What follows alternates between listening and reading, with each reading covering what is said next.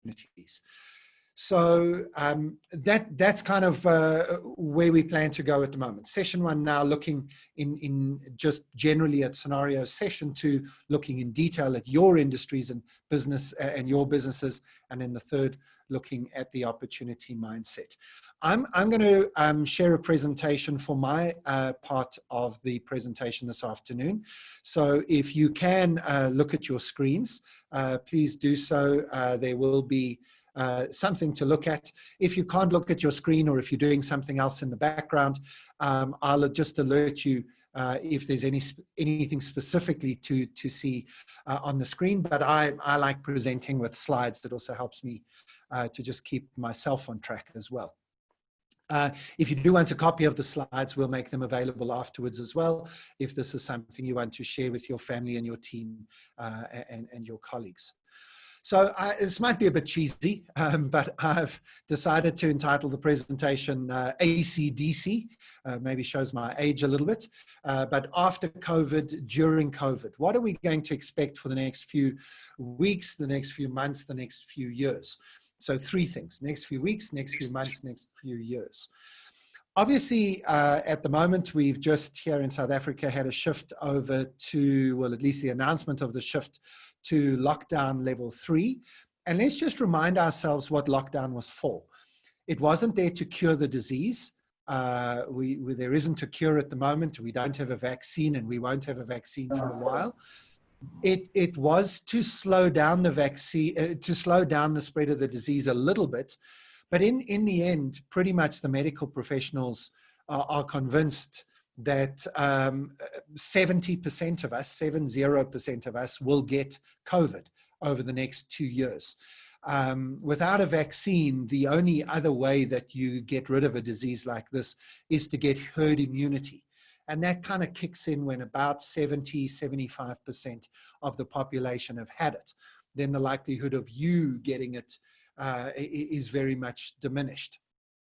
And what we really wanted to do with lockdown was not stop the disease or get rid of it, but to just make sure that we did not overwhelm the medical system, so that flattening of the curve. So essentially the question is, are we ready? Are we ready to open up the economy again? And the real answer there has got to do with our capacity, our medical system capacity. And here it's actually disappointing that the government hasn't been giving us updates, because in the background, I've been working hard to try and find these updates, and there is actually exceptionally good news. So for example, all of the hospitals around the country that have been designated as COVID first response hospitals have spent a hell of a lot of time and effort over the last 8 or 9 weeks to get themselves ready. So they've literally put tents and covered off the COVID area. They've now got new protocols for entering the hospital, where you get screened initially, then you get tested. And the hospitals have all had to be reconfigured and set up in order to handle this. And they've done a good job of doing it. We've had to get PPE, this new language we've got of personal protective equipment. We've requisitioned that. We've brought it in from other places around the world. The US government has given us the gift of 1,000 ventilators. We have requisitioned. Volkswagen and other companies have stepped up and started manufacturing ventilators.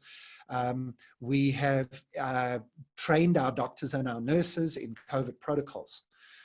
The other thing we've done, which we were the world's first in doing it, and other countries are now beginning to follow suit, is we trained up 28,000 initially, and I think more have been trained now, community workers who go and screen people. And that means we've done more than 1 million screenings. In fact, a significant number more. I don't have the exact number today, but it's way more than, and I think multiple millions of screenings, which is not the same as doing a test, but it's better than doing nothing, right? And other countries around the world that are saying this is best practice, actually. Do these community screenings and then work out who needs to go for a test. And because you don't have tests for everybody, at least we know who should be prioritized for tests. So all of that's been pretty good news so far. We've also brought in extra capacity, controversially maybe, but we've brought in a whole lot of Cuban doctors. We've requested a set of doctors from China, and they are on their way. If we don't need them, people will look back and say to the government, well, that was a bit of waste of money. But if we do need them, we're going to look back and say that was genius. Well done for getting those guys in, getting them through quarantine and having them ready in time. There are also plans in place, and I've heard an interview with the architects of Soccer City in Joburg and an interview of the guys with Cape Town's, Cape Town Stadium. Convention centers in Tshwane and Buffalo City, Moses Mabhida Stadium, have all now got proper plans in place, not just concepts, but actual action plans with costings in place to turn these facilities into field hospitals, with the ability to add thousands of extra ICU beds. And so the government is basically at a point now where it's able to say, okay, let's do this thing. You know, we don't have a vaccine yet. We don't really want to get herd immunity very, very quickly. The whole concept now is about flattening the curve. And we're ready now. Now we can start to let the disease run through the system. And David, I agree with you completely. David, oh, sorry, that was a private note to me, but you can, I suppose everybody can know that you said it. I agree with you that the government should be talking about this stuff, because this was actually the purpose of going into such a strict lockdown, was to give us this time. And the government hasn't been doing nothing. I'm not going to sing the praises of the government the whole afternoon. They haven't probably done even as much as they should have, because there are a number of companies that have been complaining that they've been trying to do something. A company in KZN that has been trying to produce a different type of ventilator. And it's an experimental approach, but they think it's worth at least trying, and they haven't been able to get the health department to give them the time of day. And maybe you could say, well, look, the health department's been literally run off their feet just doing what they have done. So maybe just, you know, keep waiting and keep offering assistance rather than moaning about it. But still, there is more that could have been done. There have been some crazy decisions being made. That's not for us to debate here. Basically, what I want to just say is that we need to remember what it was that we were trying to do. And that is to make sure that the number of hospital beds we've got exceeds the number of people who need hospitalization. Every other figure is largely irrelevant at the moment. If you need to go to hospital because you are one of the 2% of the population who respond badly to COVID, it's lucky that this is not an Ebola or something like that with massive mortalities. But still, if 50 million people and you get 2% of people needing it, you can't have 1 million people arriving at hospital in the next few days and saying, I need help. And so we only have a capacity of a few thousand, and we need to make sure that we keep the people who need that hospitalization lower than that. Don't forget, you can't just think for yourself, hey, I've got private medical aid, I'm okay. All private hospitals have already said that if the government hospitals are overwhelmed, that they will take patients. And the governments in other countries have nationalized the hospitals. And you can't imagine that the government wouldn't at least consider nationalizing private hospitals. So those of us with private medical aids can't think we're safe from this. We're not insulated and isolated from this. This is all of us together over the next few weeks and months. So with that as a baseline, and you probably all knew that, let's talk about what happens next. So we've gone to level 3, and there's a possibility that we'll move to level 2 on the 1st of July. I think that's the most probable scenario still. I think the government knows they need to open up just the final few remaining things, including hairdressers and things like that. That's starting to get a little bit desperate for some people. But I think that you might see a few industries being opened up even under level 3. and there might be a bringing forward of level 2. But right now, that's irrelevant, actually, because we're in a balancing act now. And I want to suggest to you this afternoon that the balancing act is not between lives and livelihoods, which is what the debate has been. I think that's such a false debate. There's not a single person in South Africa that's on a lives or livelihoods only conversation. We all know there's a balance somewhere in between. We all know that every health decision has economic implications, and every economic decision has health implications. So nobody's debating for a lives only or a livelihoods only. We know that. There's a balance in between. But the balance is not lives versus livelihoods. The balance is between confidence and fear or recklessness on the other hand. So the balance on the one hand is confidence. Do I have confidence that I can go back to work and not get sick? Do I have confidence that if I get sick, I'm not going to need to go to hospital? Do I have confidence that if I do go to hospital, there is a hospital for me to go to, and that I still have my best chance of surviving, even if I'm vulnerable to COVID? Do I have confidence? If I don't, my two options on the other side are fear. And so, give an example. If President Ramaphosa had come onto the news on last night and had said, right, economy's open, do whatever you like, but don't forget COVID is still there and about 1% of you will die if you get COVID. Well, you can open your restaurant, but will anybody come? You can fly your airplanes, but will anybody buy tickets? You can open your shop, but will anybody come to it? You can make your services available, but will anybody let you deliver your services? That's the confidence that we're going to have to instill in our system now. Confidence for your staff to say, I'm happy to come to the office. Confidence for your customers to say, I'm happy to use your services or buy your products. And I'm not talking about the 2 or 3 day rush after lockdown is over. There's always going to be a rush and sort of lockdown release fever. But I'm talking long term now, because we've got 12 to 18 months of dealing with this disease. 12 months if we find a vaccine. If we find a vaccine today, it takes between 6 and 8 months to go through clinical trials. So if you see on the news, there's this Oxford study where they think they've found a vaccine. And then they say, now it has to go to clinical trials. That's a 6 to 8 month process. You cannot short circuit clinical trials. Otherwise, you are in danger of actually making the disease worse. If you put the wrong vaccine in the system, in other words, if it's not a vaccine, you actually can enhance the effectiveness of the disease to do its worst. So even if we found a vaccine today, it's 6 to 8 months of clinical trials, and then you've still got to manufacture that and distribute it around the world. And as much as you might have money to buy a vaccine, you also live in South Africa, and we're not going to be the first country in the world to get the vaccine.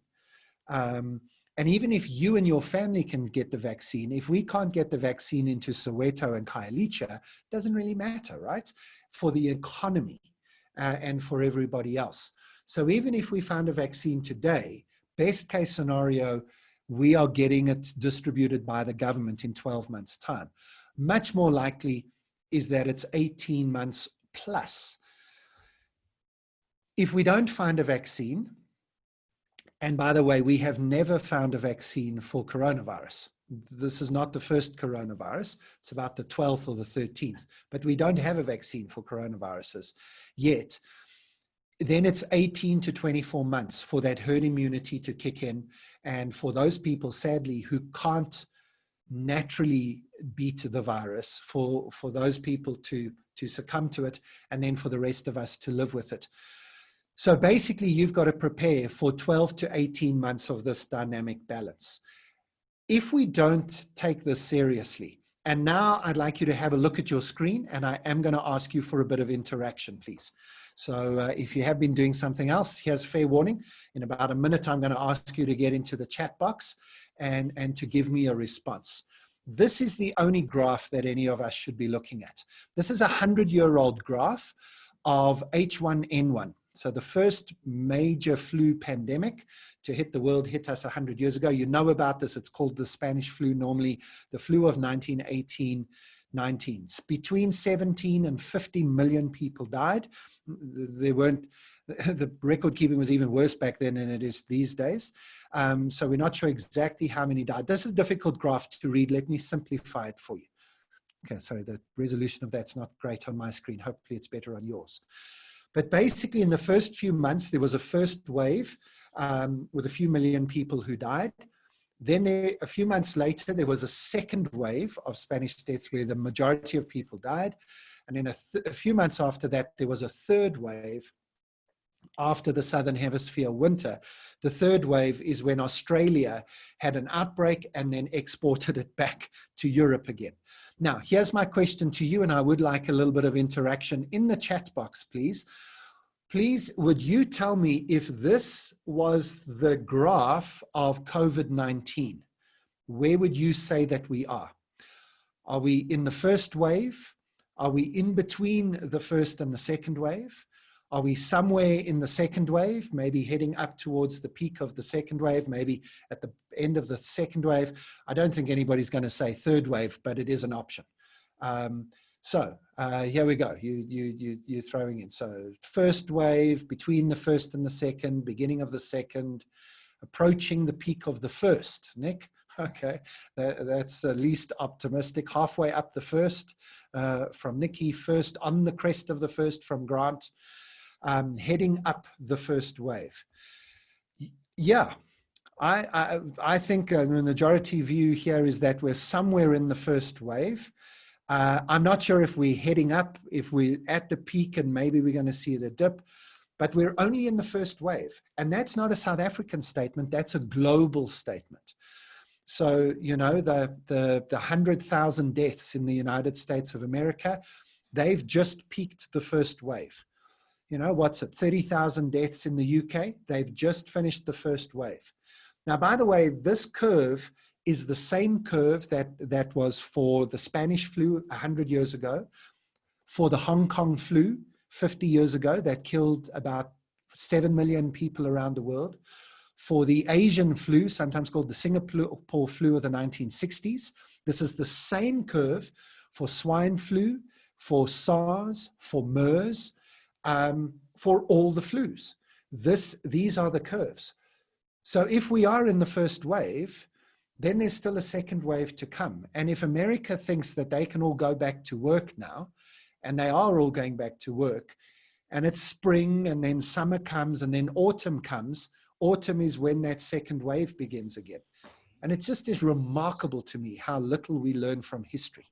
I mean, this is my job. My job is to look for trends, and I mainly look at history and then try and extrapolate into the future. Honestly, this is the only graph anybody should be looking at because we are only in the first wave. So the dynamic balance that we're looking for now at the moment is this balance between confidence to open the economy again, and then on the other side, fear that we can't open the economy again, or recklessness, which is what I think we're seeing in America at the moment. So how do we get confidence? Well, actually what the governments of the world are saying is 100% spot on. The main thing is we need to keep physical distancing. That's the main thing that's got to happen. And here's the point, and hopefully you're putting this all together now in your heads. For 12 to 18 months from now, physical distancing, hand washing, temperature checking, mask wearing, you know, this is our reality for the next 12 to 18 months. Can we make the world work? Well, we're going to try, right? Here's some great photographs. If you want to look at your screen again, this is stuff from the last week. So we're about 3 or 4 weeks behind a few other countries. So Singapore, top left-hand corner, has got gyms that have reopened in the last week or two with perspex dividers between all the machines. Pubs that's Beijing, I think, have got perspex dividers between the tables. You've got a hand washing station outside of a supermarket in Denmark. Here you've got schools going back in Shanghai with Perspex dividers on every desk. The kids arrive at school and their whole uniform gets sanitized. And they get a temperature check. Top right-hand corner, Bangkok. You've got a robot that travels around a mall. And you've got to get temperature checked as you come into the mall. But this robot just does checks all day, every day. And if it finds somebody with with a high temperature, calls the security over, they double check them, ask them to leave the mall if they've got a temperature check. There's how to do haircuts. By the way, that's Bangladesh over there. It looks like something out of a science fiction movie. You're not allowed to have children as passengers in a car. Yes, you are. Okay. Are we? Okay. Sorry. Let's just mute people who've joined us late. We know that the Bundesliga is back, those of you who are sports fans, but the Bundesliga has told people that they are only going to be coming into the stadiums as spectators from November if all goes well. Typical Germans, there are some German fans who have paid their club to put a cardboard cutout of themselves as a fan into their seat if they're a season ticket holder. Some German clubs have given that as an extra option for season ticket holders, because we're not going to watch live sport, even if the sports are able to go ahead. How do you fly on an airplane? How do you go to a restaurant if you have to keep physical distancing? And of course, the big one is schools. And we know that schools are going to be phased back, with grade 12, grade 7 being the focus, and then other grades after that. But there are going to be some grades. I think grade 4, grade 5, grade 9 maybe, might be lucky to get back to school at all this year. And even the grades that do go back are going to be disrupted. They're not going to go back full time. They're not going to go back for the whole school day. Some schools are going to go to shifts, mornings and afternoons, with 2 different groups going. Other schools are going to go for days of the week. So maybe you go 2 days or maybe 3 days at most. So apologies if I don't give you fair warning. If you're a parent and have got a child at home, you are going to be doing corona schooling for the rest of the year. Not to the same extent you're doing it now, but there is not one child, maybe only the matrics, are going to be able to go back to school full time in the way that they expected. But no sport, no extra, no culturals. And that's for the rest of this year, and probably for some of next year as well. There are no right or wrong answers here. Nobody's coming up with best practice. Every decision that everybody's making can be questioned and argued with. It just is what it is. And what we need to be doing now is recognizing, let me use a running analogy. I was due to run the London Marathon this year. And it would have been only my 3rd major marathon. I've run Cape Town and Soweto. The biggest mistake you make as a marathon runner, like I am, a newbie who's not that fit actually, is you run too fast in the early kilometers. You head out too quickly. And I suppose this is even true for the elite runners. If you sprint at the fastest speed you can possibly run, you will not complete a marathon. And too many of us have been in sprint mode for the last few weeks. Some of us think that we can grit our teeth and power our way through the end of lockdown, and in a few weeks' time, we'll be back to normal. It's not going to happen. We've got 12 to 18 months now ahead of us of some form of disruption or another. This is a marathon, and you need to start finding your marathon pace. And what that means for the next few weeks for you is you've got to work out, what does confidence look like for your staff and your team? And what does confidence look like for your customers? Because the sooner you can deliver confidence that your products and services can be delivered, the sooner you can start delivering them. Doesn't matter what the government says. If you are legally allowed to deliver your products and services, you may still not deliver them because nobody wants them, because they don't have confidence in the system. So this is the conversation we need to be having in our businesses. Very simply, I want to just finish my story, but this is the story we're going to come back to in the second part of our series, is what happens after what happens next. What happens next is this building of confidence in the system. What happens after that is that I think that some of the things that are changing now are never going to change back. So for example, there is a massive shift right now during lockdown of global power.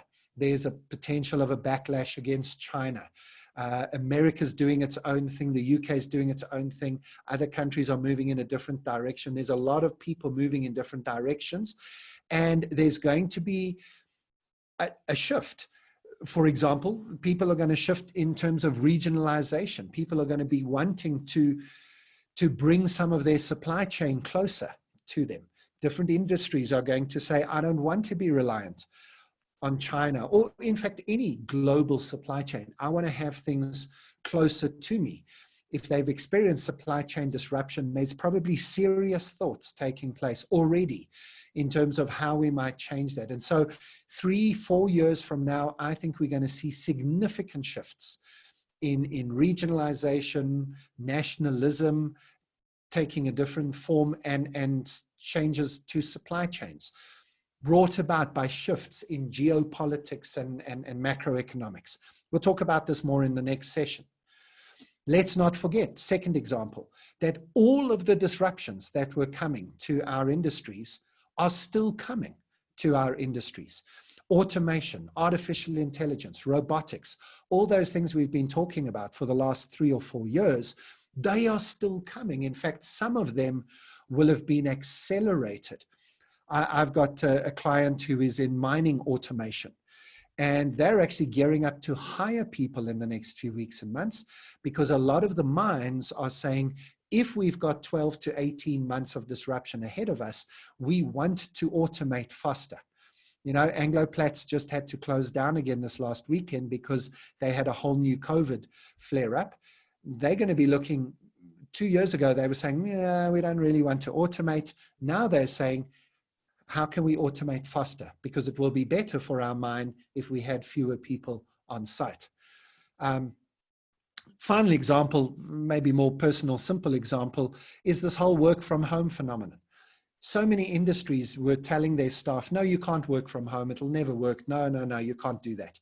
Now they've been forced, and they might discover that they're enjoying it. The virtual environment is actually better for them. Their staff are more productive, their staff are happier. All the things I've been saying for the last 5 years as an advocate of working from anywhere, now suddenly companies are forced to experiment, and some people and some companies are going to discover they actually love this. They're actually enjoying it, and it's actually good. And they're getting a lot out of it. So maybe a lot of people never go back to the office, which means you need less office space, which means probably corporate rentals comes down, which has a knock-on effect to the commercial property market. People who are working from home might want to change their home, build a little studio, maybe move to a bigger apartment. So there's a knock-on effect in a positive way on the residential property side. All of these are scenarios. I'm not making predictions. I'm just giving you some scenarios of what might happen. And my point then is very, very simple. And I've only got 2 points, and then we'll have a chance for a chat and conversation. We are not just in a grit your teeth, get through it, and we'll come out the other side and go back to normal moment. We're in a 12 to 18 plus months deep disruption. And then some of the things that are being disrupted now will never go back to normal. And it's a cliche, but it's probably right. A new normal will emerge on the other side. So we're not just at a time where there's a bit of a challenging change, a bit of a shake-up to the industry, and then we'll sort of get back into cruise mode again. This is deep disruptive stuff, and it will affect every industry. Some industries more than others. You know, tourism and hospitality is going to have massively deep impacts now, and then probably a V-shaped recovery on the other side. Other industries are having less of an impact now, but there will be a longer term impact, like mining being automated. And the same thing I think will happen in agriculture as well. So we can't look at averages. We can't look at normal across the economy. This is a disruption, a disruptive shift that will have deep impact for the next little while and lasting impact in many different industries. So, the summary. There's no normal to go back to. Cliche, yes, but there's a new normal emerging. And what we now need to do is work out what, as entrepreneurs, work out what is going to change for good. And by for good, I mean forever, as well as for better. I suppose we can look at what's going to change for bad, because there's always opportunities. Even when something goes completely belly up, there's still opportunities. But for the sake of a phrase, what's going to change for good, forever and for better, because there lie our opportunities. So what can you do? Well, that's the question we're going to ask ourselves. And I'm not going to answer that this afternoon, because what we can do is respond as entrepreneurs in our industries. And that's going to be session 2, where we look at that in detail. And then what can we do is we can look for the opportunities, which is going to be session 3 in a few weeks' time, as we look at the opportunity mindset. So for now, it's simply about realizing that we need a bit of creativity, because we can't just wait this out, can't just grit our teeth and power through it. Things are going to have to change in response to this disruption. And each of your industries, each of your companies is going to have to focus in on what that change needs to be. So hopefully this generic, if you like, scenario, this view is I wish it was motivational. I realize it might not have been motivational, but hopefully it's a realistic view that helps you kind of buckle up and say, right, let's do this thing. Let's get going. I'm going to obviously be here now, and this is part of a series, so we can interact. But if you would like to chat to me, if all of your thoughts only come to you tomorrow morning and you want to connect with me, there are my contact details. And obviously you can pick that up from the EO team as well. But you might want to just make a note of that. So with that, let me open for questions. We've got 21 people here live. We are recording this so that you can get a copy and watch it again later if you want to. But for the people who are live, if you want to just put up your hand, and then I can call you, or if you click on the draw and you just unmute and start talking, we can chat now. We've got a few minutes. Are there any questions that you want to throw at me, or any comments you want to throw in as well? I'm not predicting anything. I'm just giving scenarios. You may have a different view, and we happily take your view here as well. Questions or comments quickly? Joss, I see your hand. Graeme, thanks very much, Graeme. That was really interesting. I just wanted, if you could just spend 2 minutes, if I can be selfish, just for you to elaborate a little bit on what you said about the hospitality industry being V-shaped. On the one hand, I'm kind of thinking I have to kind of reinvent. We're in the hotel business, so we have to look at reinventing our business completely. Yet on the other hand, when I hear maybe a V-shape, then I think maybe there's hope still. So I was wondering if you could just elaborate a little bit on the V-shape comment you made. Yeah, so sorry, probably U-shaped is better than V-shaped, if I can get it, because what I meant by that is you can see that sometime in the future, hospitality will come back. It's not as if anybody's saying, right, that's it, for the rest of my life, I'm never going to travel again. For the rest of my life, I'm never going to another restaurant. So I do think there are going to be some industries that might never come back, that we were doing something and now we're never going to do that again. And by the way, I think that there are some conferences who will never have their conference again. They moved their conference online to Zoom, and they realized, why the hell were we spending money on a venue and food and catering and travel? This actually works. We can meet our clients. We can have our industry event on Zoom, and it's almost as good at a fraction of the price. So I think there might be some conferences in your industry, some events that never come back, but you will see people traveling again. People travel, people eat. And so when I say it's a V, you've fallen off a cliff. You have to wait out the confidence issue until people feel confident that they can come again. And then I think people will come again. So that's what I meant. Now, the big issue for you is, what do you do at the bottom of the U? You know, what do you do while you legally not allowed to have people come to your restaurant or your hotel or have a conference? And there might be some creative, some interesting ideas there. And then I think the second question is, what's your welcome back strategy? Which is not just a cliche customer experience conversation, it's a confidence conversation. And the faster you can build confidence in the system, the faster you can get people back. And I think that you could even put pressure on the government to open up your industry faster, if you can show the government that the government can also have confidence in you as well. Just to give you one crazy idea, because it is something I've been thinking about. So one of the big issues that we've got in every community is that parents are going to battle to go back to work if they relied on school for childcare. So if you're lucky to be able to look after your kids, or you've got some options for childcare, then homeschooling is fine. But if school was your childcare option, what are parents going to do if their child isn't back at school, but their boss expects them to be back at work? And I wonder if there are certain facilities in certain communities that communities could use as sort of childcare, but more than just drop your kid off and we'll look after them. You know, you must have retired teachers in a suburb who are prepared to come and do sort of generalized tutoring. And you can get a group of kids in a bowls club, in a tennis club, in a church building, in a hotel, in a conference center, where the community, maybe the employers, will be prepared to pay some money if they can use one of your conference halls or one of your, you know, your big dining room, as a space where a few children from the community who are not at school, but also can't be at home, can come in physical distance.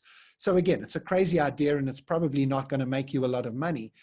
But I think that this is what I mean when I'm talking about creativity, that if you've got 12 to 18 months to get through, you know, switch on that creative brain and see if there's some way to generate revenue from the facilities that you're not going to be able to use for any other purposes.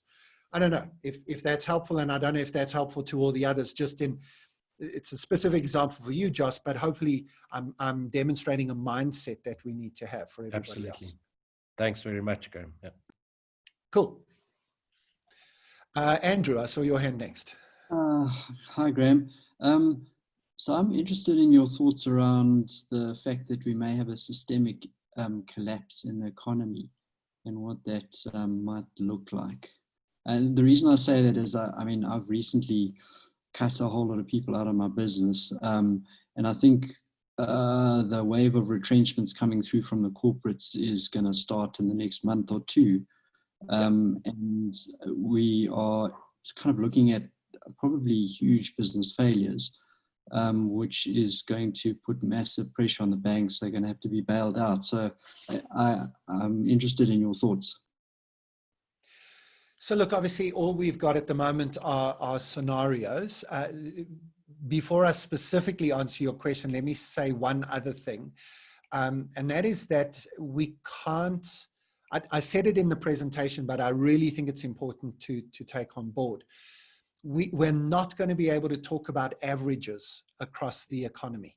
If somebody says, oh, well, we're going to have let's pick a number, 20% contraction in GDP this year.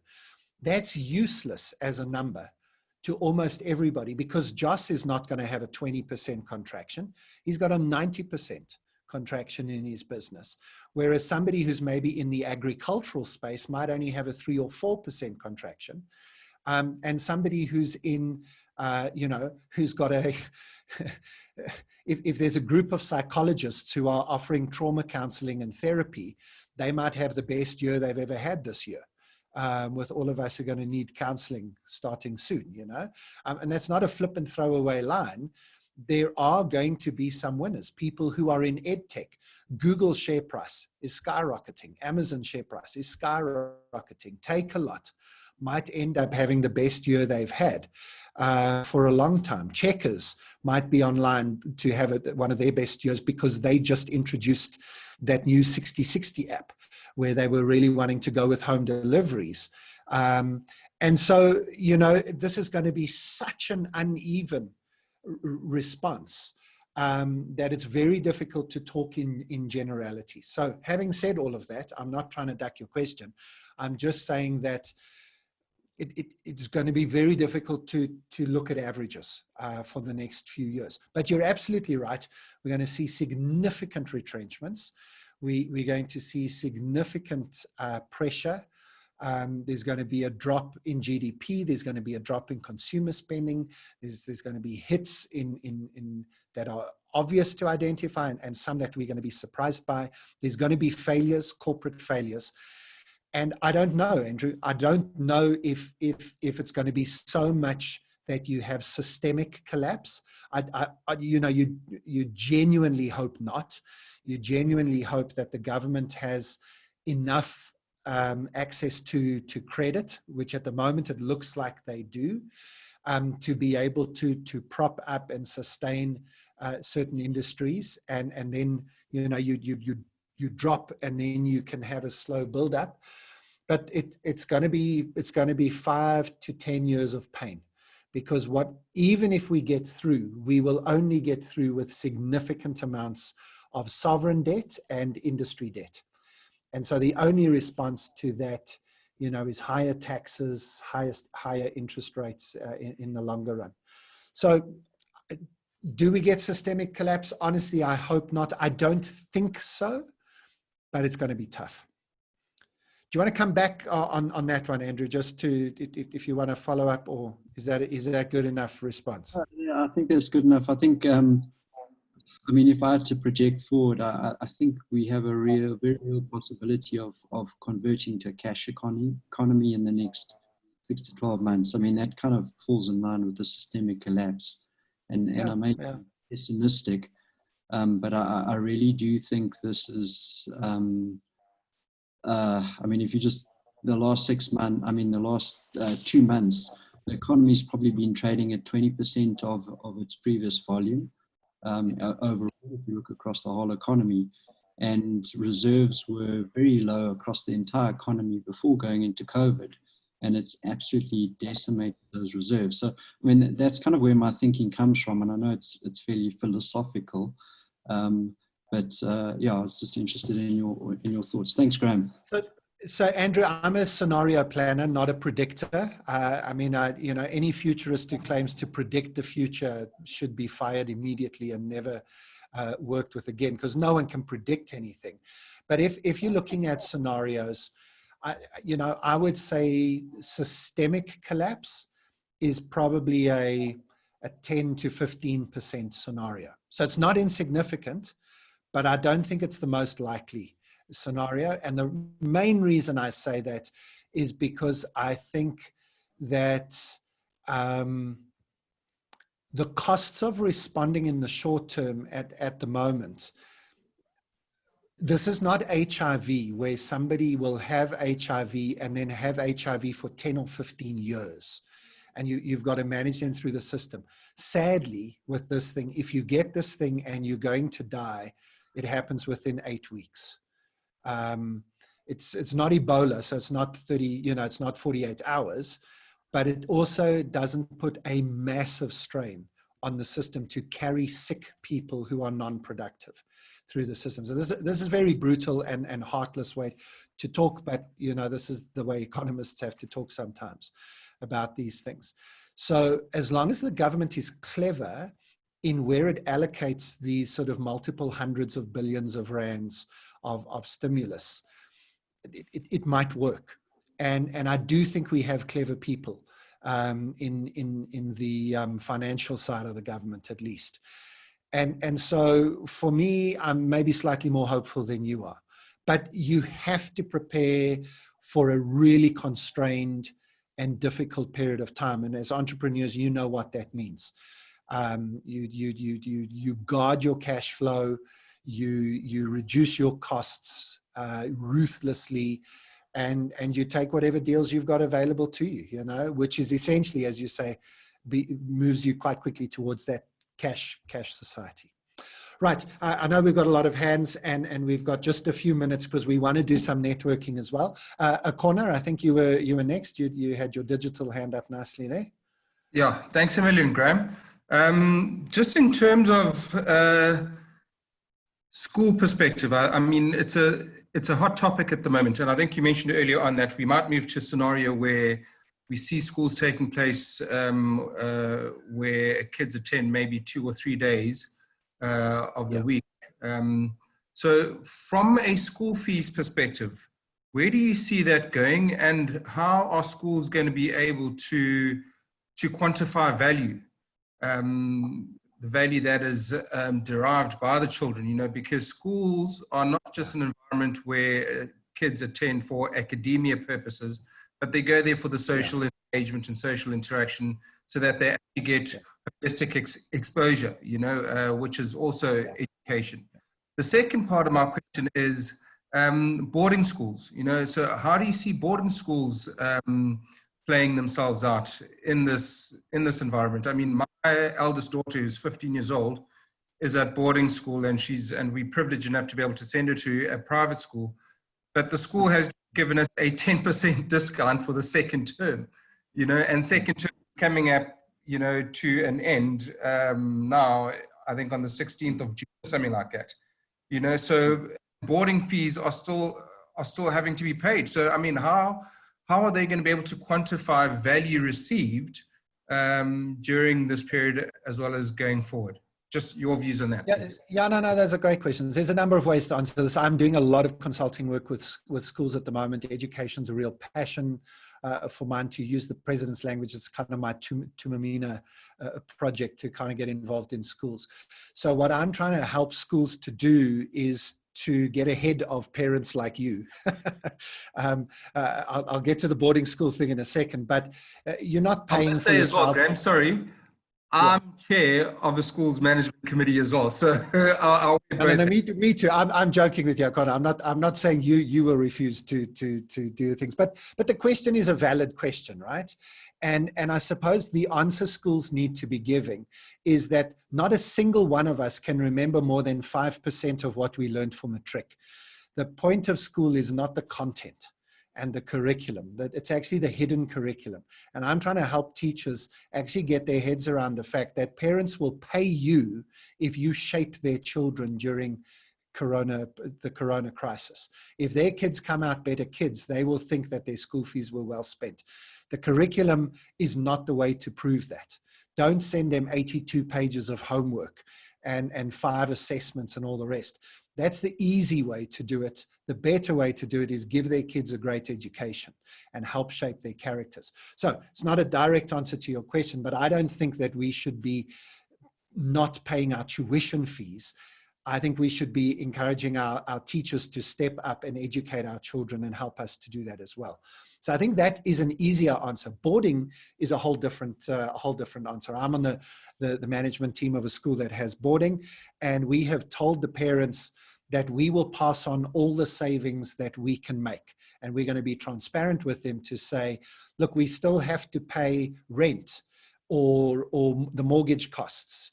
If we are paying those off, we still have to pay the kitchen staff. We refuse to fire the kitchen staff just because they're not there.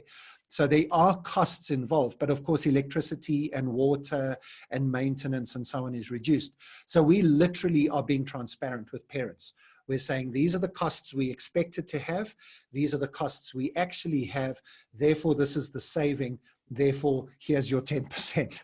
We hope it'll be more than 10%, but if that's all it is, I don't know what else parents expect us to do. The costs still exist in the system, and 80% of a school's costs are people.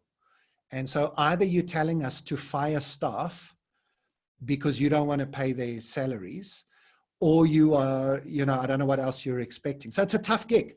But although it's a question about a particular aspect of our lives, it gives us as entrepreneurs an opportunity to imagine what our customers are asking of us. And to ask ourselves, how do we prove value? And how do we share costs with our customers where maybe they're not getting the value they're expecting or the value that they were used to? What does value look like if you're, a professional services firm or a financial advisor or a construction company or a restaurant, or a consultant? What will people pay for, and how do you have that value conversation? Right. We've probably got time for just one or two more. Grant, did I see your hand go up a little while ago? You did, Graeme. I just wanted to ask you what your thoughts were around BEE currently and where you think BEE is going to go within the procurement of anything really over the next few months. What a great question. And I could try and make up a long answer, but I don't know, Grant. I can't imagine it will go away. But I can also imagine that there would be some form of exemption possible in the system. So, that's not an answer, but that's the best I've got. Sorry. Okay, well, what do you think? I know what I hope. I hope that there's a general level playing field. That's all I really ask for. If things were a level playing field and the requirements were met for the sake of what we're trying to do, I think that everything would be achieved today. Yeah. Like that's for today. That's not forever. Yeah. No, that's a fair answer. And I would really hope that in certain circumstances, whatever your BEE certificate status is, you would be able to show your BEE, what's the right word I'm looking for? So if there's a legal status that you've got, but on the other hand, there's also your intention and your contribution. BEE wasn't there so that we could have certificates. BEE was there so that Black people in South Africa would be empowered. If you can show that you are empowering Black people in this moment, sorry for the use of there's probably a nicer way to say that, but if we are showing that we are empowering people in the system, you would hope that would count for something, but who knows? Brad, did you want to comment on that specifically? No, I had a question for you, Graeme. Okay.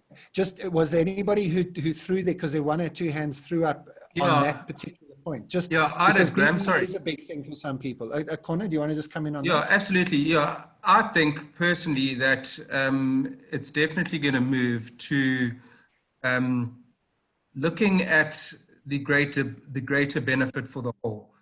So depending on who is going to benefit and how many people are going to benefit, because we have relief funds that are out there, and if you're a one-man business and you're not really going to benefit many people, I think you just won't get the desired assistance. But if you are going to benefit a lot more people, I definitely think so. So I think what we'll start moving towards is more of a system of looking at greater benefit without necessarily putting BEE as a forefront mechanism for judging. You would hope. I think that's what Grant is saying. That's what he hopes. Brad, we're going to have lots more conversation this afternoon, and I now am cutting into Helen's time. But last question to Brad for now. So, Graeme, the economy is being opened up now, whatever that might mean, whatever that might look like. And then we might have a spike. We might go back to a level 4, level 5 geographically. And most of this room are entrepreneurs, small, medium business owners. How do you anticipate that guys and women like ourselves go in and out, bringing people back, letting people go, bringing people back, letting people go? I mean, it's a dance, but it's an unbelievable dance to try and imagine with the uncertainty of the roller coaster. How does that work? So Grant, this is not a prediction, but I'm as confident about what I'm about to say as anything I will ever say. I don't think that we will go in and out of different levels. I think what I heard from the president last night, and I think what I've seen in the policies, is that this is where we are now. And now it must just roll.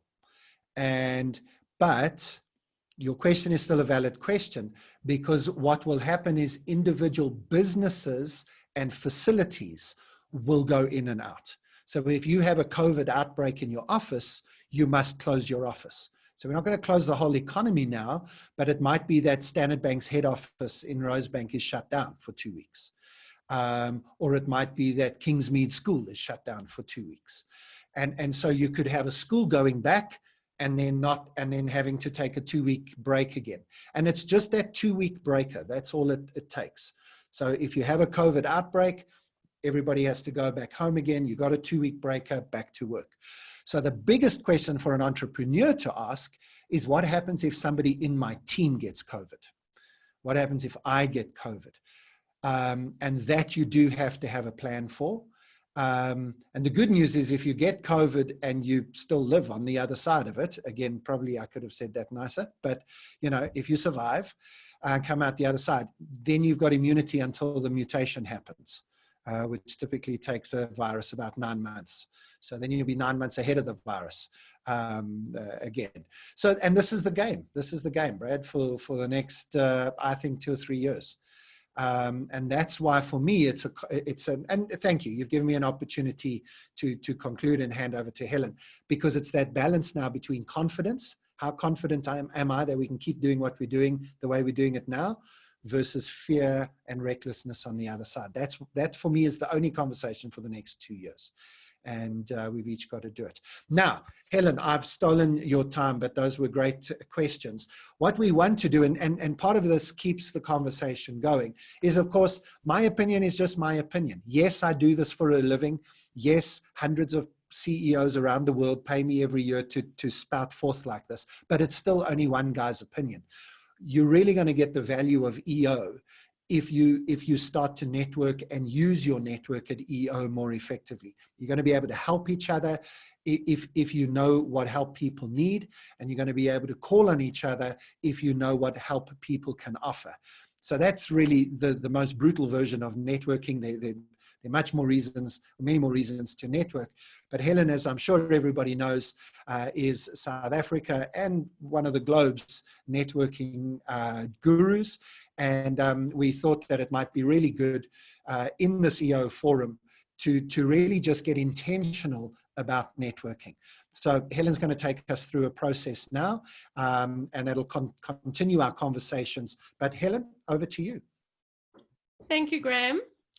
So personal branding is the why and networking is the how. So it doesn't make sense for me to immediately come in here and start speaking about virtual networking and this new way of doing things unless we take a step back and look at your personal brand first. So I think COVID-19 has given us all a huge opportunity to reset in many ways. And I'd like, the best definition of a personal brand I ever heard is that your personal brand is a pearl in an oyster. And we often get very excited about when that oyster opens and that pearl is put to market. All of us we have our businesses, we did business cards and kind of LinkedIn profiles and your websites, and that's all the packaging of your brand. But the most important part of that pearl being formed is when it's still in the oyster. It's that discovery phase. And this resetting opportunity of COVID-19 gives us an opportunity to go back to basics. And the secret of personal branding is clarity. So clarity, clarity, clarity. The more clear you are, what makes me, who heads up the networking company, different from another training company? What is that secret sauce that makes us unique? First of all, there's a secret sauce about Helen Nicholson, me as my brand, Brad Shawkind, Grant Dubell, any of the people I can see on this call. That's your personal secret sauce. And then that secret sauce actually goes into the ethos and the culture of your business. So the first exercise I'd like to encourage everyone to do, and I'd like you to do it before you go to bed tonight. I'd like you to send out 6 WhatsApps, text messages, however you want to communicate, and choose 6 people who know you quite well and say to them, I've just been through a personal branding networking session, and if you had to describe me in one word, what would that word be? Because right now, we all need to go back to that discovery phase while we're reinventing ourselves, because we actually need to go back to basics. What is your secret sauce that made you unique? Because often we're so busy in the trenches of our business that sometimes we've lost those that basic roots. So I remember when I first started running my business, I asked my twin daughters to describe me, because they're obviously a stakeholder in my brand as well. And I said to them, if you had to describe mommy in one word, what would that word be? And identically, they both looked up at me and they said, rushed. I said, rushed.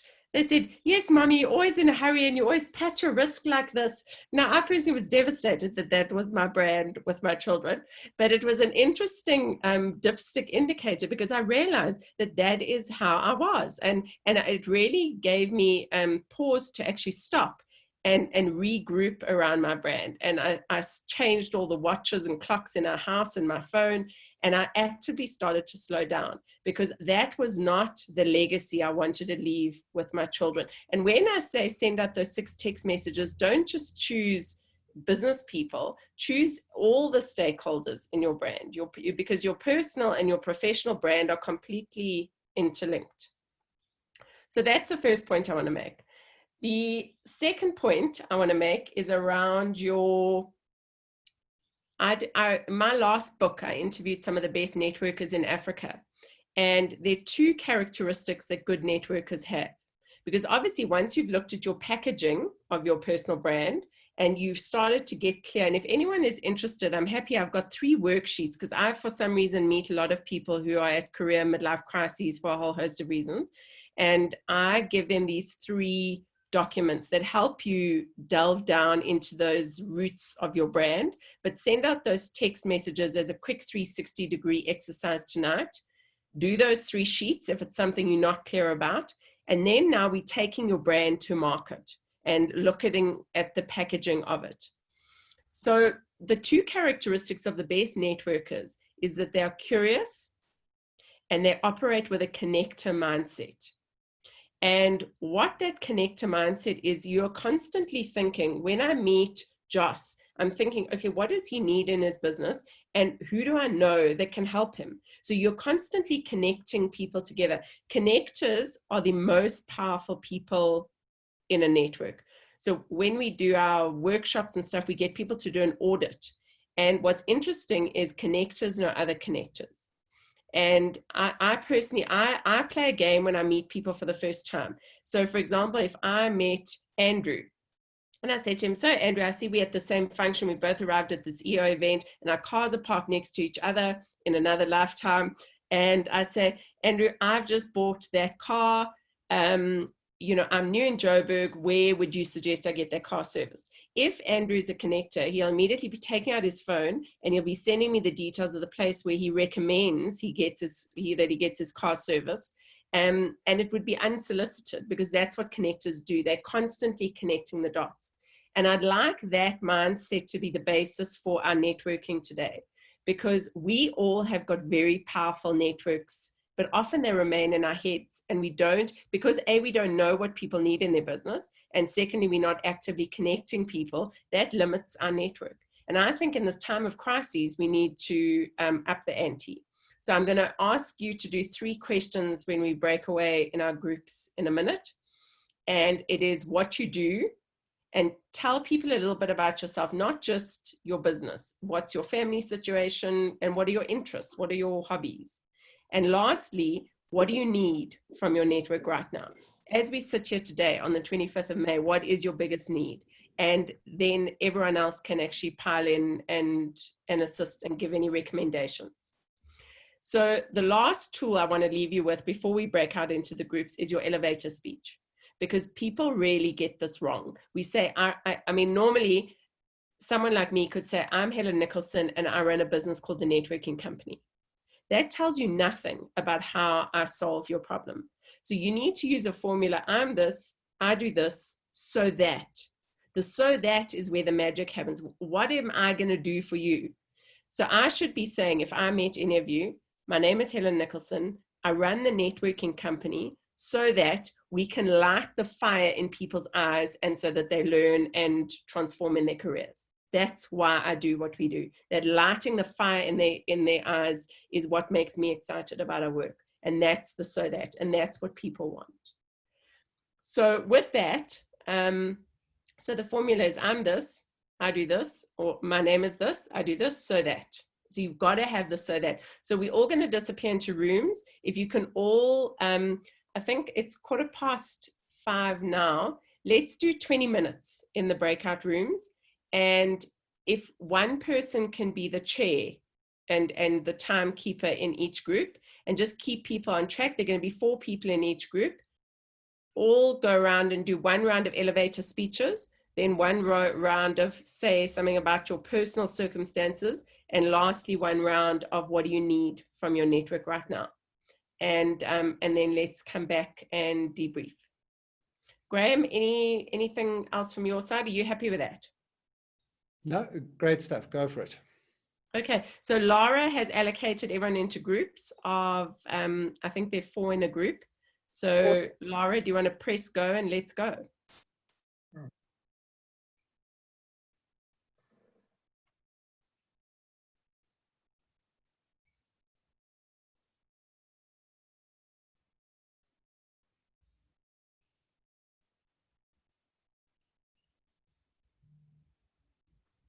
Helen, there might be 1 or 2 that haven't been assigned, but I think you 2 should be. Yeah, you can find it was a disaster because not everyone arrived. You should go. Have you? Yeah, just send me wherever. You should be. Preferably for people not in my forum. I've tried to. Okay. Anthony, are you? I'm still here, eh? You were supposed to, hold on. Anthony got a room 3. Let me see if I can, sorry, it hasn't, the groups were totally disastrous. The easiest way is for Anthony to do it himself. Anthony, at the bottom, you should see breakout rooms.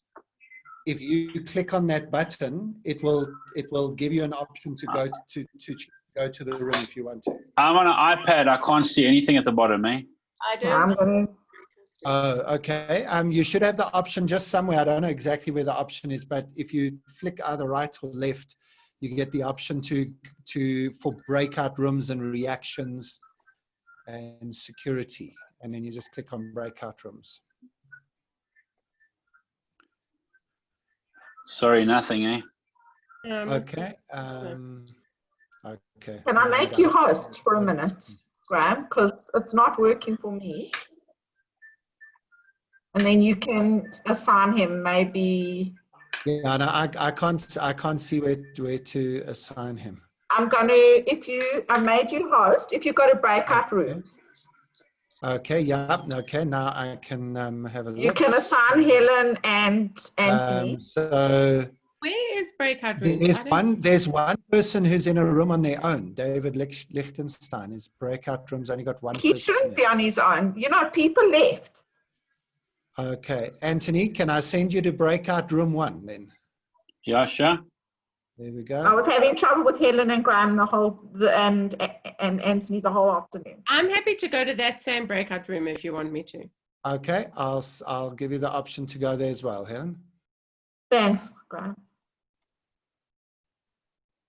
It was giving me, and Anthony's not gone yet. Anthony? No, I think he has. Has he? I don't know why it's still showing him there, but it's showing him in that breakout room. Yeah. It gave me a nightmare because I had done this all, it was all set up.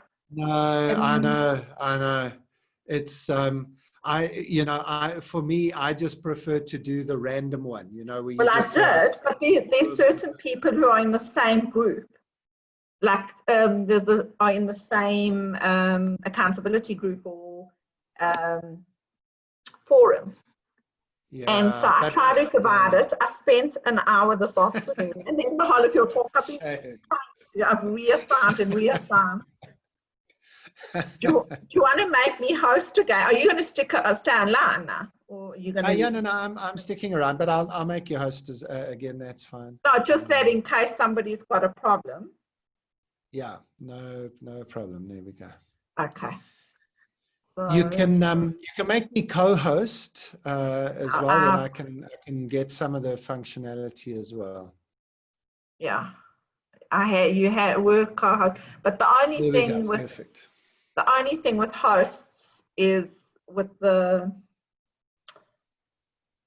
host. The host is the only one who can do the breakout rooms. That's correct. Yeah. No, But Graeme, just tell me something. Sorry, I'm going to pick your brain. Are you seriously saying that school isn't going to go back?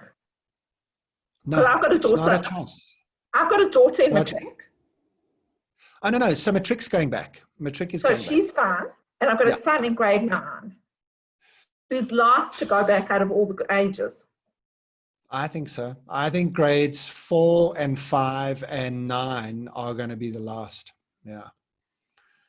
So in high school, right, you want to get matric will go back, and they're desperate to save the matric year. So the whole focus is on matrics, making sure matrics can get through. Then grade 11 is obviously a very, very important year. And so, they're wanting to get grade 11s back. So grade 11 will be the second to go back. And then, I don't know, will they go grade 10 probably will be the next one. And then, I don't know, will they just keep going down? Will it be the grade 9 and then grade 8, or I don't know. But I can't see grades 8 or 9 going back before September. And if July and August are bad months for COVID-19, then you can understand that a school might say, we're doing everything we can and we can't have more people here. So, but again, it will depend on the school and what happens in the school. But yeah, I mean, I see your face and I apologize. I'm not trying to make it nice for you. I know. But we've got to get our heads around the possibility. My daughter has continued. She wrote her first set of prelims. They do like a mini prelim in end of 16th of March was the first day of mini prelims. Sure. So she did mini prelims. She wrote one at school. The rest were online, virtual. Yeah. They haven't been marked because they haven't been back at school. Yeah.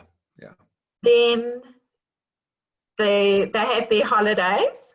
They put the grades 8, 9, 10, and 11s into school holiday from the 16th of March till the 20th of April.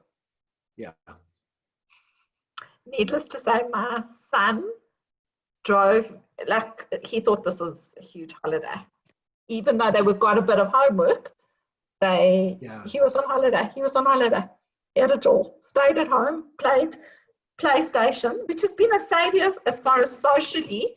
He's keeping up with all of the boys are socializing online. Yeah. But so that was the first thing that was really. Then he hasn't settled as much as she has. She's had NBTs lessons online. Because she's applying and she needs an English and maths NBT. Yes, she's got to write an NBT, which I don't know how they're going to do it, but they booked it in July, which seems strange. No, so you see, they will be able to do MBT. So I've got 2 daughters at UCT. So they will be able to do MBTs because you'll be able to drive to the location. They'll do a temperature check at the door, hand sanitizing. There'll be 2 meters between everybody. They'll be able to do the test and get the results. So some level of normality is going to return, right? But we can't, and this is the point I'm trying to help people to get their heads around, is what does some level of normality look like? And the only way that schools can get some level of normality is to have no sports, no culturals, and not all of the kids on the property at the same time. So does that mean half the kids go in the morning, half go in the afternoon? Does it mean half the kids go for Monday, Tuesday, Wednesday, and the other half go for Thursday, Friday, Saturday? That's, I think, what most schools are going to do, is so you have a 3-day school week each week. I think that's the cleverest option. But then the kids are going to have to realize that that doesn't mean you're only doing 3 days worth of work a week. There's all this homeschooling and everything else happening. So that's what has to be sorted out in the next few weeks, is how different schools are going to handle that. I haven't heard anything. All I got a message saying the 1st of June, the tricks are going back in grade 7s. Yeah, and the answer is that most schools have no idea yet. And so part of my job at the moment is getting the message out into the school community that, hey, teachers, you've got to think this through. But the point is, and it's rightly so, the department can't make a blanket ruling for every school, because different schools in different areas are going to be doing different things. And then what happens if you have a COVID breakout in a school? They have to close the school for 2 weeks. And then after 2 weeks, you come back again, you try again, you come back in. So every school is going to look different. And so you're going to have to wait a few weeks to find out. You know, matric and grade 7 are the only years we know for sure now. Everybody else will have to wait and see. These matrics, you must understand, right? These matrics are the matrics that were born around about 9/11. Yeah. Okay. 2000, 2001, yeah. 2001, 2002 are the matrics. Yeah. So end of 2001 was, into 2002, that's right, yeah. Yeah, I think I was just, my daughter was born 9 months after. Yeah. So now they look forward to their matric dance. Not going to happen. Yeah. There's no ways they can do a matric dance. No, not a chance. Not one single chance. No. My nephew is supposed to get married on the 31st of March. Yeah. No, look, the bottom line is that this will be that generation's World War.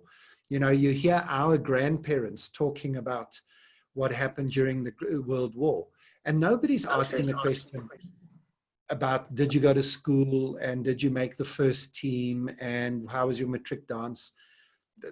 No, you don't. Sorry, you don't get to do it. And it's horrible. I mean, my middle daughter, I've got 3 daughters. My middle daughter's in first year varsity. And you know, she's 2 bedrooms away here. And this was not her plan. She was supposed to be jolling at Res in Cape Town. You know, living the party life. And now she's 2 doors away from her parents in 24/7 lockdown with her parents. I mean, it's not a nightmare, but it's close to it. You know? They'd rather be with their friends than with us, with due respect. Yeah, exactly. And I fully understand, you know, that she's now saying, well, Dad, does level 3 mean I can visit my friends? Could I go and stay at one of my friends' house for a few weeks? You know? And I don't know what the right answer is to that sort of. But even they're saying, like at school, at break, they're going to make them sit separately. There's going to be, the teachers are going to be on guard duty to see if anyone comes close and have they got masks. Which is fine if you're dealing with teenagers and maybe you've just got a bit of teenage rebellion that you have to deal with. But how do you tell a 6-year-old, an 8-year-old, a 10-year-old not to hug their friends? The matrics are the ones that are going to want to sit with their friends. They are craving because they haven't had the time to be on PlayStation for 4 weeks. No, exactly. They're working like dogs. So at break, they want to see them. No, exactly. This is really, really, really tough. And, you know, I'm desperately trying to get schools to accept that what we want to do this year is we want to make sure that children have a love of learning. Even if they don't get through the curriculum, who cares? If they love learning and are healthy and are not traumatized, we will have done our jobs as parents and educators. I can tell you, the grades 9s are shocking. The teachers don't make them switch on their cameras. Yeah. They go to school and you see, and I've walked into my son's room, and on his computer at the bottom of the screen is JD, LK, like all the initials. That's not how it's supposed to be. No, exactly. No, exactly. It's like to be present. That teacher should have a big screen where every pupil is on like a TV. They should have set them up for that.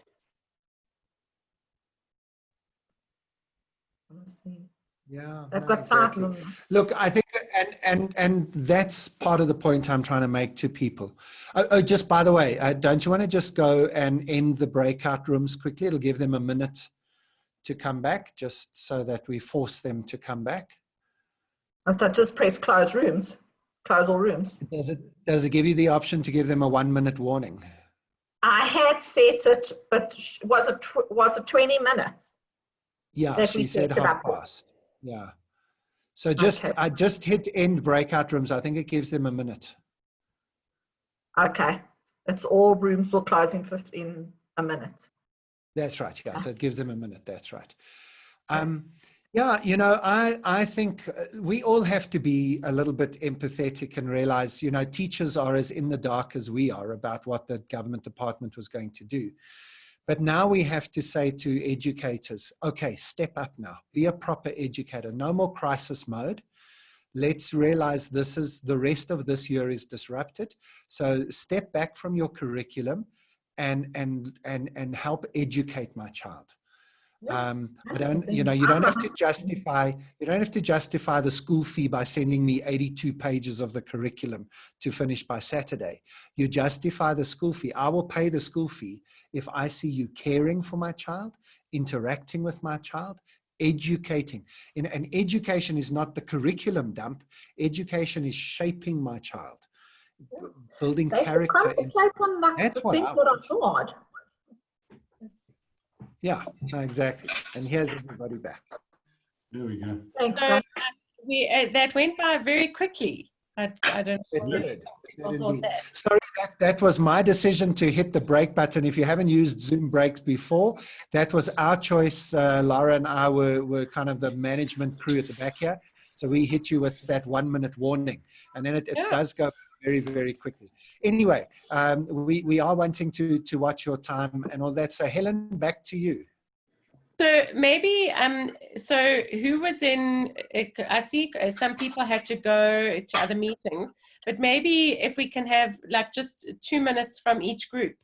So Petra, which group were you in? We were in a break, it was number 3, room 3. Okay, so give us some feedback. What does everyone need? Who are they and what do they need? Awesome. So it was a nice variety from coffee that we all need every day to BE procurement, supply chain requirements into corporates specifically, all the way to 3D printing.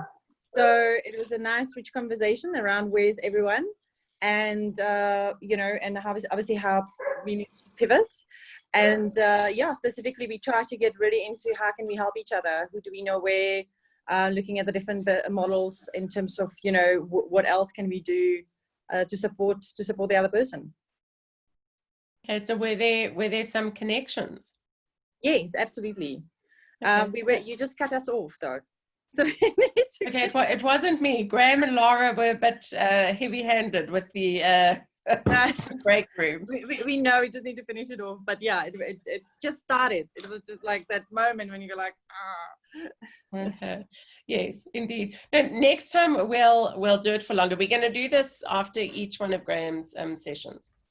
So we'll get into the mode. We're just practicing this one. Nikki, tell us, which group were you in? So just quickly, Helen, with the other groups, if there's questions that they've raised, can we maybe just hop onto the chat and just also add some connections if need be? Yeah.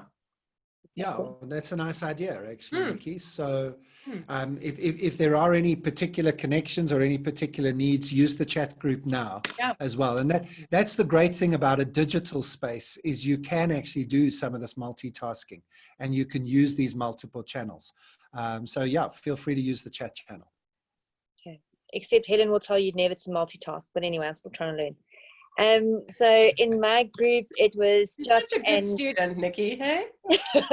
Teacher's pet. And Jacques, Jacques is looking for somebody to try and help him with marketing and sales for his kind of apartments and not necessarily apartments, sorry, houses in Cape Town, mainly from the block. And Josh has the hotel chain, which is slightly lower income based, and there he was looking at connecting with corporates, but then it kind of became more of a brainstorming session on what he could possibly use his hotel for while the hotel industry itself is actually on lockdown. And I was looking for connections and also some ideas on officing so that I didn't get petrified about no one wanting to go back to offices. Sounds like children's creches are the way to go based on Graham's feedback. I saw everyone's eyes like they go out on stalks. Good Lord. Wow. Well, let me just use that as an opportunity to say, so Lara and I stayed in the main room, but we also did some networking, and that was the topic of conversation. I think, you know, for all businesses, we have to accept that parents who have got school-going kids, this is a huge, huge, huge issue. And there's no easy solution. And of course, any issue without easy solutions is also an entrepreneur's opportunity. So without being too simplistic about it, I think we're going to see some interesting stuff coming out in terms of childcare, parent support, and interesting policies from larger businesses around child and parent support. Interesting, very interesting. So who was in, so David, Ant and I came in and crashed your group. Do you want to give some feedback? Because you actually were midstream of saying what you need and then we were exited.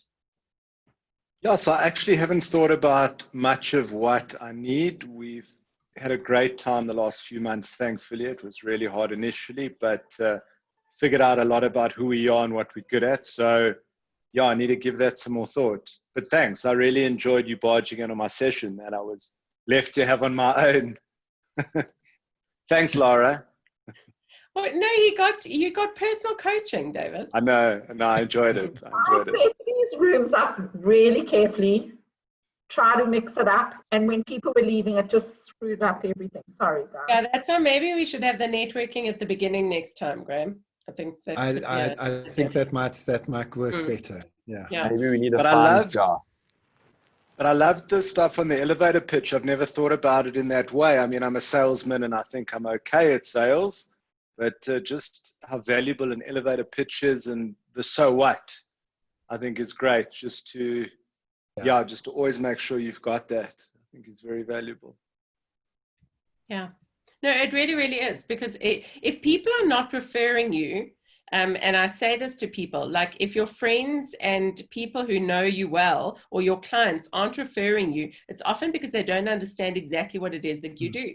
And it's often then, and it comes back to that clarity around your brand, because that means that you're just assuming they know exactly what it is that you do. And your elevator speech is it's very tricky, but it's incredibly powerful, and it's got to roll off your tongue. We were talking about it in the breakout room. You need 3. You need one for a client, one for a colleague, and one for a social one. And your so that needs to be slightly tweaked for each one, and it's got to be so rehearsed, and especially because all our businesses are changing at the moment. What worked 8 weeks ago may not be the same thing that's going to work now. Like, for example, I had a Standard Bank meeting earlier, and I said to them, you know, we are really specializing in help people build their personal brand virtually now. Now, that is not what we did 8 weeks ago. So, Nick, were you in another group? I was in group number 1, obviously. Okay. I was with Grant and Godfrey. Also, we had so Godfrey's in cleaning services, Grant is in design and build, both residential and commercial, and I am the architect with the link to brands and brand creation. So we had an interesting conversation about how things are changing in the industry of office space, workspace, what the new demands are on Godfrey's business, and his needs around not only, of course, some new clients and stuff, but also the way that he's working and the and the people that he's using. He needs to scale up and scale cleverly. Grant, his needs also around what's going to happen with commercial space, and thank goodness there's residential movement. My needs around the need to meet people that are wanting to take advantage of the opportunity now to create deep connections with their brand, and how that happens.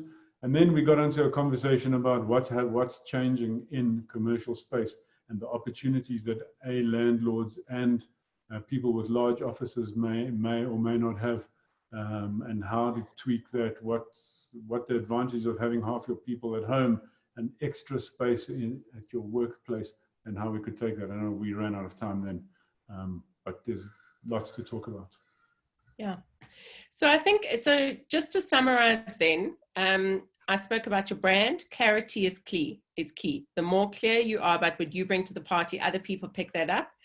Send out those 6 text messages before you go to bed. If people had to describe you in one word, what would that word be? Realizing that the 2 characteristics of the best networkers is approaching with a connector mentality. You should constantly be going through your mental Rolodex about how you can help someone, and curiosity, like be curious about other people. And then your elevator speech. I'm this, I do this, so that. And have 3 and practice them, because it's got to be so natural that it doesn't appear rehearsed. And then I thought at the next session that we have, Graeme, what I'll do is I'll discuss LinkedIn in more detail, because I think that LinkedIn is the shop front of your brand.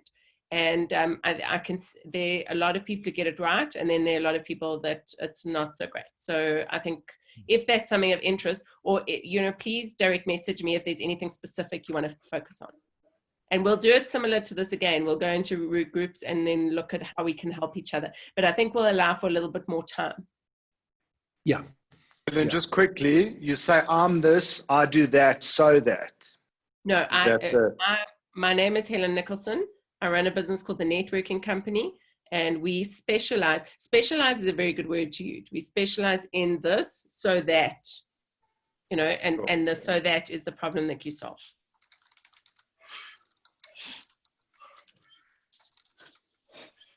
So, Helen, one of the key reasons why we wanted to kind of put these 2 things together is, my session was about saying, guys, maybe you need to change your time scales a little bit about what you're thinking about for this COVID disruption, whether it's the short to medium term or even in the longer term.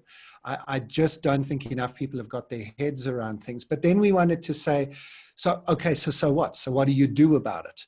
And this is where the power of a network, but especially the power of the EO network, begins to work in your favor. Are there any specific things that people should do from a networking perspective when it's not just organic? So the best way for your network to build is slowly over time, sort of building organically. Now we kind of want to fast track that a little bit. So one of the ways to do it is to have these sessions at EO where we get to know each other. What are some of the other things people could do to kind of fast track their networking? Is it as simple as just asking people for help, or is there something cleverer we could do to fast track networking? Yeah, Andrew? So one of the things I thought about last week is actually setting up an industry forum. So something specific to my industry to get people together and just talk about things. And I did something about a month ago where I got all of the coffee CEOs in South Africa together around the table, or the virtual table. just to have a chat about like where everyone was. And I tried to create a forum type environment, and it actually worked really well. And I was kind of sitting there thinking, oh, I've got the smallest business here, who am I to do this? But I managed to do it, and everyone was really chuffed that they were on the call. And it was the first time it had ever been done. Yeah, no, and I think that's a fit, because my response around what to do right now is get on the phone. I'm having great results, and so is our whole team. With phone calls, people never used to phone each other. And now suddenly people are talking on the phone because of the absence of physical contact. So you should be touching base with every single one of your previous clients. Go back, just literally touch base phone calls. And then you've got to remind them that you exist. You don't sell to them. It's always about offering value. And, you know, you want to become that trusted advisor from a brand perspective. So literally, I'm making sure that I'm phoning like 10, and some people haven't heard from me for a long time, but I'm just using COVID as an excuse to get back in touch. So get on the phone, and collaboration. Competition is very 80s. This is the era. This is the only way we are ever going to survive COVID, is by collaborating and helping each other. And Andrew, it's a perfect example of yours. You're getting a whole lot of competitors around a table and saying we're all facing particular issues and same issues. Let's help each other. And the last thing I want to say, and this is probably the basis actually of great networking, is that you will only end up networking with people who have similar value systems to you. People who are takers, because the biggest thing about networking is you have to be generous. And I can spot a taker a mile away, and those are not the people generally that you're going to sail off into the sunset and network with. So you'll find your people. You're looking, I call it a tribe. Graeme also calls it a tribe. It's those people, it's your people. And I mean, EO for me is a part of that tribe, because those are the people that it goes long beyond a transaction. It becomes a way of life.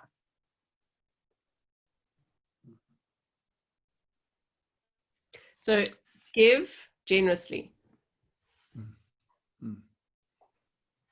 Anybody else got any other questions or comments on either the lay of the land for the next few months, or the importance of networking as our next step? Any other questions or comments? And also suggestions about what you want to see for next time. You know, if you want what do you want from the networking? Yeah, so Helen, just in terms of networking, I have been very fortunate that I've always received leads from my network, but I'm not necessarily sure why. It would be great to understand what the levers are with networking that allows us to get them, because it'd obviously be great to replicate that. So, yeah. Go back to your clients and ask them why they picked you or why they referred you. Just as much as like we would ask if we didn't win a deal, I think it's as important to ask why they like you, why they work with you, what value do you add. It's a very good mystery shopping experience. And going back to that discovery stage of your personal brand, we won a deal this week that is probably one of the biggest deals we've ever won. And it was people who didn't even know us. And I was so intrigued that this has happened during COVID-19. How did they even know? And I said to them today, I said, just out of interest, why did we win it? And they said really interesting things, which I would never have imagined. You know, a lot around our proposal, and, you know, the language we used. I mean, who would have thought? Strange. So, but that inquiry into why you win business, I think is vital. And go back to your previous clients and ask them. Petra? Yeah, sorry, thanks so much. I think that I would like to just find out a little bit more around networking and connecting in more the B2C space. So I come before from a B2B. I'm new to B2C. And just kind of what are the rules in that space, and how can one, you know, exactly not be selling, but and stand out in the sea of the sheer sea out there. Thanks so much.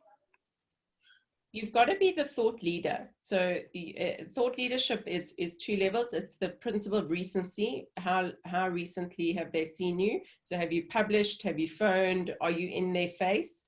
And you've got to be telling them interesting stuff. It's not good enough to be interested in what they're saying. You've also got to be interesting. And the only way you get interesting is to read, to acquire cool information, and then share it generously with the people who you meet. Thank you. Just a comment on that. So in terms of interesting stuff, like through this EO network, particularly outside of South Africa, there's so much stuff going on. There's so many things to learn and bring back. And I mean, also I was chatting to a couple of people at one time, and just from chatting to them, I picked up a lot of facts and what people were doing. And it was quite easy to just relay it back to other people. Just another suggestion is at the beginning of these calls, it'd be quite cool to do a 10-second intro. Everyone does it just to activate people, and be quite ruthless about the 10 seconds, just cut them off, but give them an opportunity to say something and feel engaged in the call. So we don't just jump into Graham's presentation at the beginning. Yeah, I think that's a great idea. And what we can do in the second one of the series is we can have a little networking piece up front, then my section, and then another networking piece at the end, and kind of build a networking in front and back. I think that'll work nicely. Yeah, great idea. Thank you everyone for the input. Graeme, Helen, are we ready to call this? It's been a great session. I've really enjoyed it. Anything else from your sides? No, good. No, all good. Great. Thanks, guys. Just Thank thanks you for very joining much, us. everyone. Thanks so much. Cheers. Looking forward to seeing you on the next session. Thank you very much. Cheers, everybody. Bye. Thanks, guys. guys. Thanks, Graeme. Thanks, Helen.